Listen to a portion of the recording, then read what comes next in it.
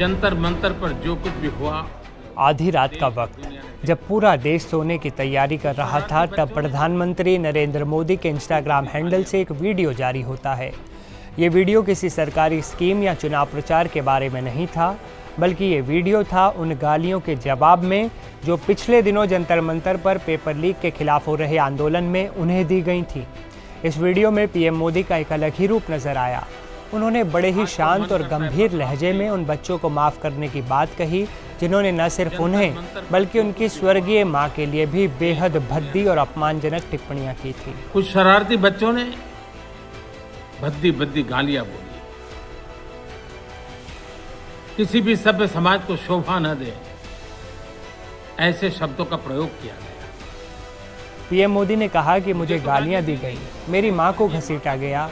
वो स्वरूप वाकई विचलित करने वाला था, लेकिन सवाल ये है कि क्या इन बच्चों को सजा देना ही समाधान है? पीएम ने खुद इसका जवाब दिया। उन्होंने इसे बचपना करार दिया। उन्होंने कहा कि बचपन में गलतियां होती हैं और गलतियों को सुधारने का अवसर मिलना ही चाहिए। कि बचपन में गलतियां होती हैं और बचपन में गलतियों से सुधरने का अवसर भी होता है। समाज में जो गुस्सा है उसे वो समझते हैं, लेकिन ये एक कल्चरल शॉक भी है कि हमारी बेटियां इस तरह की भाषा का इस्तेमाल कैसे कर सकती हैं।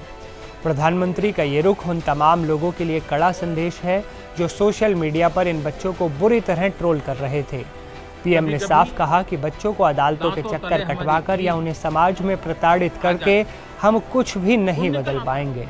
उन्होंने उन बच्चों को गुमराह बताया और कहा कि उन्हें गले लगाकर सही रास्ता दिखाना हमारी सामूहिक जिम्मेदारी है। बच्चे भी हमारे हैं, उन्हें राह दिखाना हमारा काम है। गुमराह को राह दिखाना कठिन होता है, लेकिन कठिन काम हमको करना है। और इसलिए आओ, मैं इन बच्चों को कहता हूँ, बच्चों आओ, हम देश के लिए साथ मिलकर के आगे बढ़े। इसी बीच उन बच्चों की तरफ से भी रिएक्शंस आने लगे हैं। 15 साल की रुचिका सिंह, जिनका वीडियो सोशल मीडिया पर वायरल हुआ था, उन्होंने एक भावुक वीडियो जारी किया है और देश से माफ़ी मांगी है। मैंने जो करा वो माफ़ी के लायक नहीं था। मैंने बहुत गंदी चीज़ें बोली है, बट ये मेरी पहली और आखिरी गलती होगी। इसके बाद मैं ऐसा कुछ नहीं करूँगी। रुचिका ने रोते हुए कहा कि वो कुछ लोगों के बहकावे में आ गई थी और उनसे बड़ी गलती हुई है। रुचिका के अलावा एक और बच्ची ने कैमरे के सामने रोते हुए अपनी गलती स्वीकार की। इन वीडियोज़ ने ये तो साफ कर दिया है कि पछतावा गहरी चोट करता है, लेकिन क्या ये माफ़ी कानूनी तौर पर भी काम आएगी? क्योंकि असल चुनौती अब ज़मीन पर है। रुचिका सिंह के खिलाफ नोएडा में एक 0 FIR दर्ज की गई थी, जिसे बाद में दिल्ली के संसद मार्ग थाने को ट्रांसफ़र कर दिया गया। अब सवाल ये है कि जब खुद पीएम मोदी ने कह दिया है कि मैं उन्हें माफ़ करता हूँ, तो क्या पुलिस अपनी कार्रवाई रोक देगी? क्या ये मामले यहीं खत्म होंगे या फिर फाइलों में दबे रहेंगे? इससे भी बड़ा सवाल ये है कि क्या पीएम मोदी की इस अपील का असर उनके समर्थकों पर भी होगा या फिर नहीं?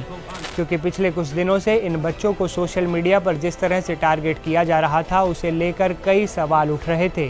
क्या अब ट्रोलिंग का ये सिलसिला थमेगा? पीएम ने तो अपनी ओर से पहल कर दी है, उन्होंने एक बड़ा दिल दिखाया है, लेकिन क्या प्रशासन और समर्थक भी उसी रास्ते पर चलेंगे? क्या हम इस मसले को यहीं दफन कर पाएंगे या फिर ये नफ़रत की आग अभी और सुलगती रहेगी? ये वो सवाल हैं जिनका जवाब आने वाले कुछ दिनों में मिल जाएगा। आपकी इस खबर पर क्या राय है? कमेंट में ज़रूर शेयर कीजिएगा। मैं ऐसे ही आपसे विदा लेता हूँ, फिर मिलूँगा एक नई वीडियो में एक नए अपडेट के साथ। आप देखते रहिए NDTV इंडिया।